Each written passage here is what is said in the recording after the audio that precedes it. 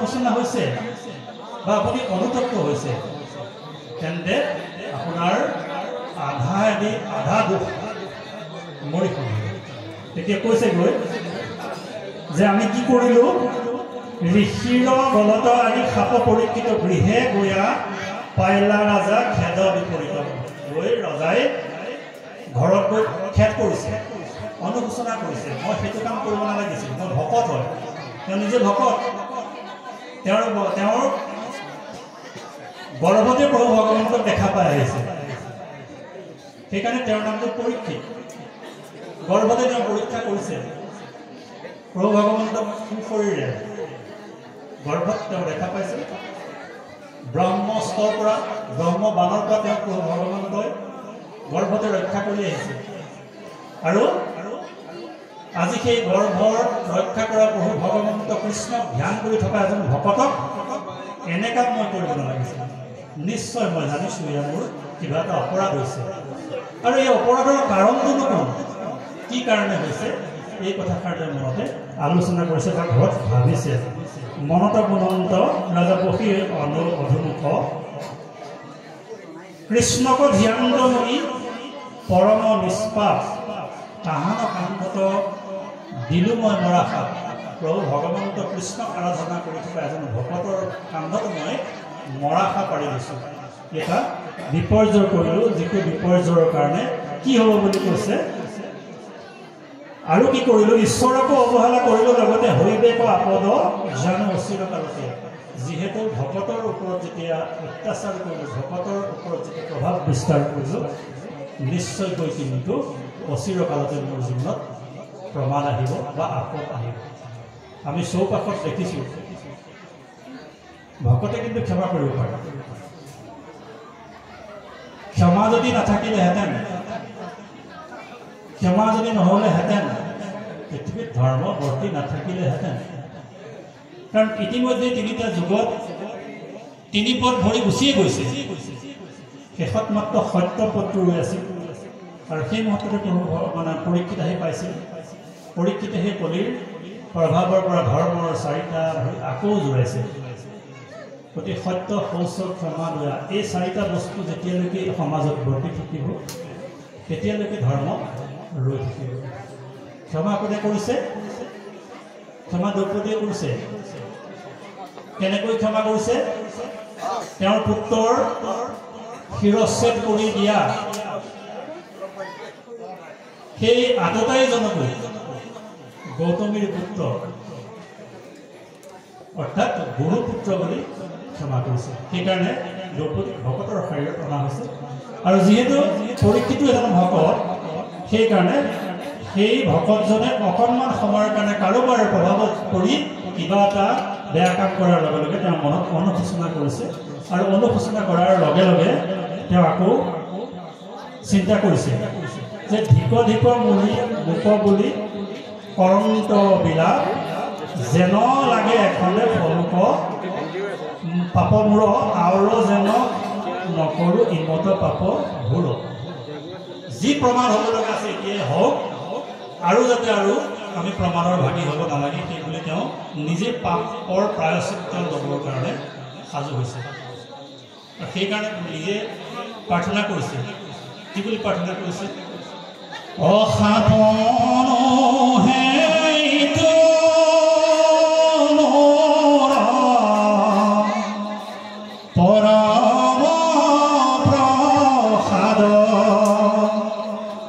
কৃষ্ণৰ কৃপাতে পাইনো ঋষি সাপ জানো চাবি ফলে মোৰ ভিতৰ সম্প্ৰতি সাপ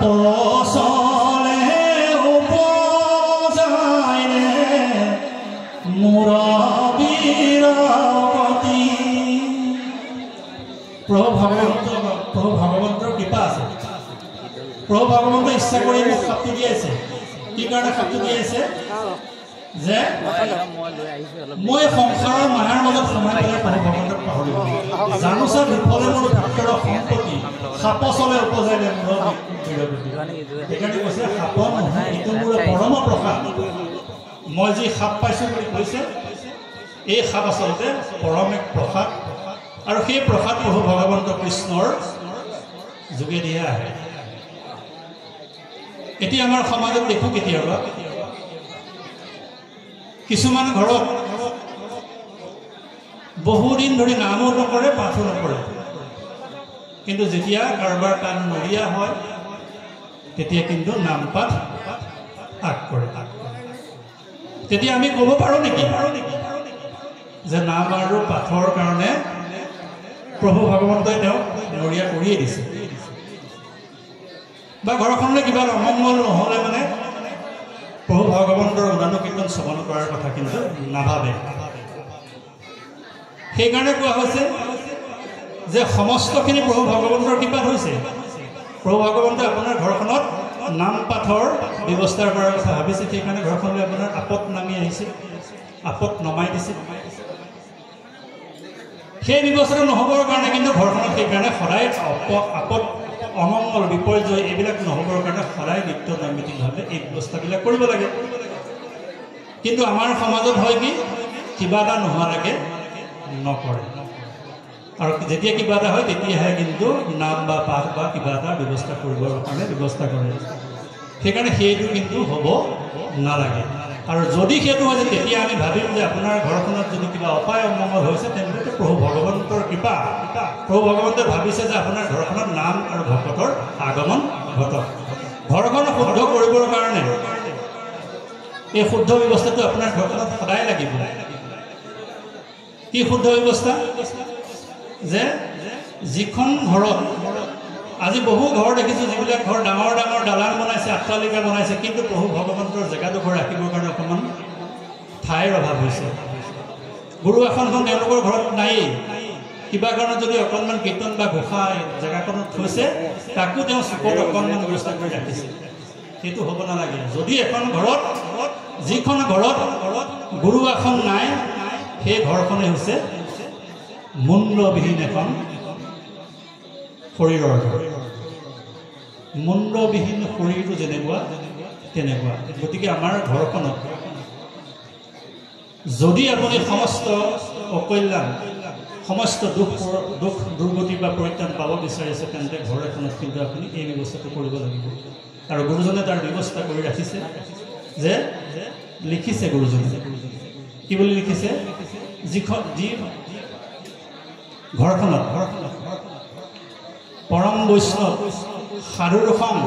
ইত্যাদিবিলাক নাই অ কৃষ্ণ নাম কীৰ্তনৰ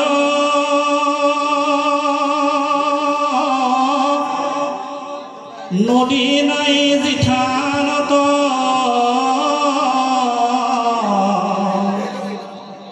ভকতৰ সং জৈত নাই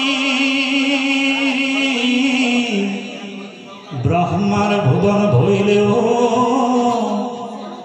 অপবিত্ৰ হিতুৱাতি অযোগ্য নহি থাকিবে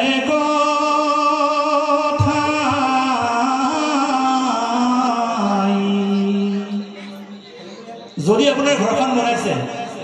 য'ত কৃষ্ণৰ কথা আলোচনা হোৱাই নাই কৃষ্ণ নাম কীৰ্তনৰ নদী নাই জিঠানত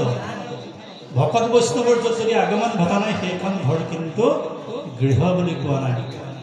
ব্ৰহ্মাৰ ভুৱন ভৈলেও অপবিত্ৰ হিতুৱাতি যোগ্য নহি থাকিবে কথা গতিকে যিখন ঘৰত গুৰু আসন নাই যিখন ঘৰত কৃষ্ণৰ নাম কীৰ্তন নহয় যিখন ঘৰলৈ ভকত বৈষ্ণৱৰ আগমন নঘটে সেইখন ঘৰ ব্ৰহ্মাণ্ডৰ ভিতৰত আটাইতকৈ সুন্দৰ হ'লেও কিন্তু সেই জেগাডোখৰত থাকিবৰ যোগ্য নহয় বুলি ভাগৱতে আমাক কৈছে আৰু সেইখন ঘৰলৈ অপায় অমংগল কিন্তু চিৰাচৰিতভাৱে আহিব সেই চিৰাচৰিত অপায় অমংগলৰ পৰা পৰিত্ৰাণ পাবৰ কাৰণে প্ৰভু ভগৱন্তই ঘৰ এখন কেনেকৈ সুন্দৰৰূপে সজাই তুলিবৰ কাৰণে পাৰি তাৰ ব্যৱস্থা হৈ গৈছে আৰু আজি সেই পৰীক্ষিতে অকণমান সময়ৰ কাৰণে প্ৰভু ভগৱন্তৰ শ্ৰীচৰণৰ পৰা অকণমান সময়ৰ কাৰণে চাগে আঁতৰি গৈছিল, কলিৰ প্ৰভাৱ ঘটিছিল আৰু সেই কলিৰ প্ৰভাৱত পৰি অকণমান সময়ৰ কাৰণেই এনে এটা অপৰ্যায় মানে বিপদৰ সন্মুখীন হৈছে। সেই বিপদৰ সন্মুখীন হোৱাৰ পাছতো যিহেতু তেওঁৰ গাত ভকতৰ তেজ আছে, প্ৰভু ভগৱন্তৰ কৃপা আছে, সেইকাৰণে তেওঁৰ অনুশোচনা হৈছে আৰু অনুশোচনা হৈ তেওঁ অনুতপ্ত হৈ কৈছে যে যদিও মই এই কাৰোবাৰ প্ৰভাৱত পৰিয়েই হওক বা স্বজ্ঞানেৰে হওক এনে এটা দুৰ্গতি বা এনে এটা অকৰ্ম কৰিলোঁ বা নকৰিবলগীয়া কাম কৰিলোঁ, তাৰ কাৰণে যিটো প্ৰায়শ্চিত্ত হয় সেই প্ৰায়শ্চিত্ত মই যাতে এতিয়াই ভুগিব লগা হয়।